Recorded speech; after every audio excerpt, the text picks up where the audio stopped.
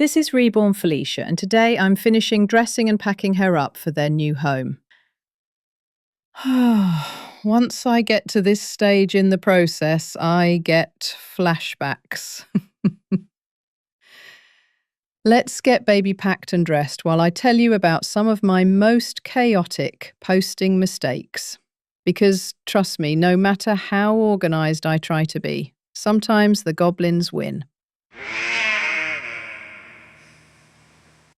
Okay, so don't judge me. My brain is built different. Once I posted 2 babies on the same day.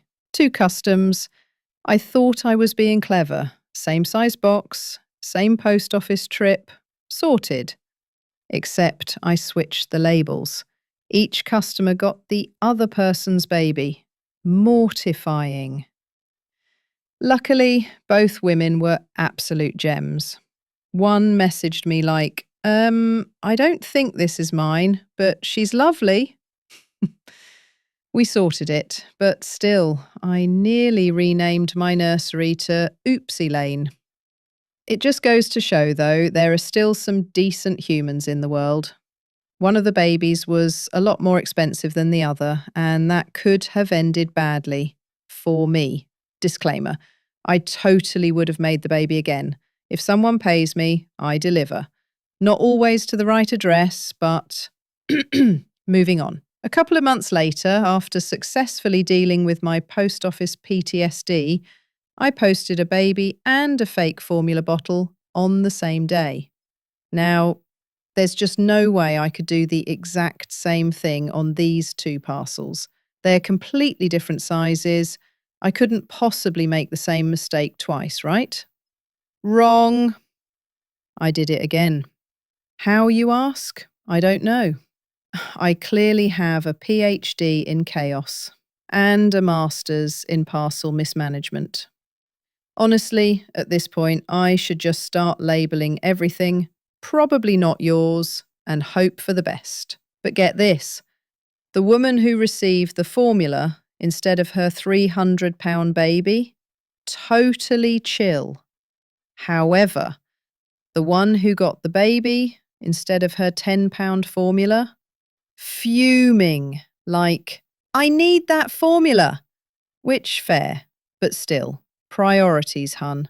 Anyway, the I'm so sorry I have ADHD and forgot how to brain excuse. Yeah, apparently that has a 3-use limit before people start sending me adult supervision forms.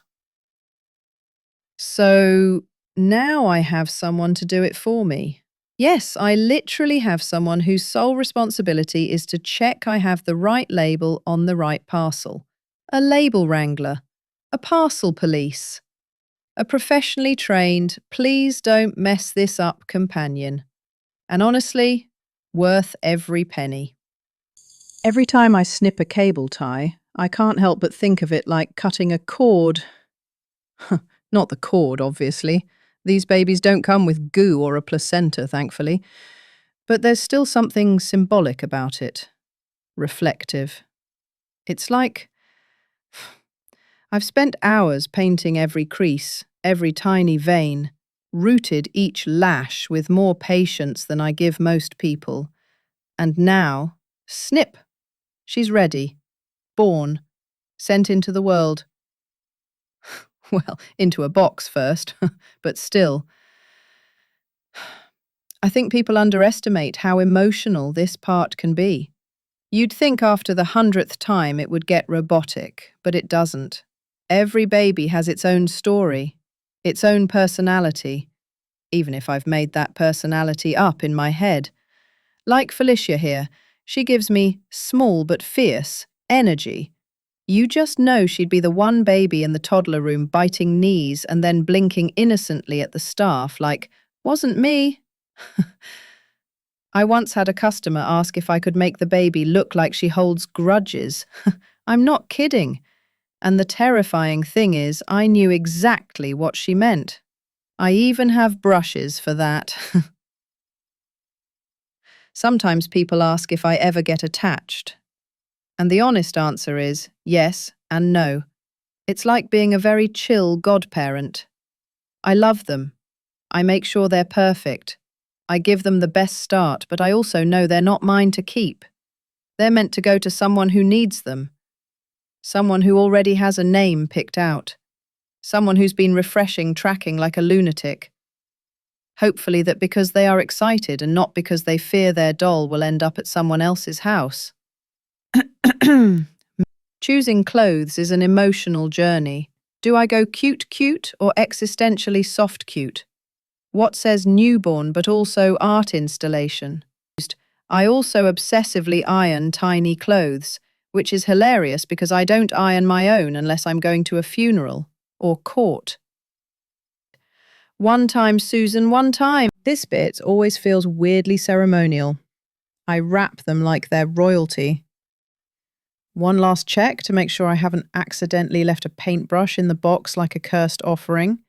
I've also been chucking my new novel in with random orders because nothing says, I made you a forever baby, like trauma, dystopia, and government-enforced horror bedtime stories. I mean, nothing screams, thank you for your custom, quite like handing someone a baby and a book that opens with, everything died and it was your fault. You're welcome, Carol. Honestly, though, it's been weirdly lovely. People message me like, I read it in one sitting. And others are like, what the hell is this? I'm Catholic. Either way, mission accomplished. If you enjoyed this mix of baby magic and artistic rambling, please like, comment, and subscribe. Tell me in the comments, what's your dream sculpt? Or who do you have at the moment that you'll never part with? Oh, and if you'd like a copy of my new novel, search What Remains of Us on Amazon or Waterstones online.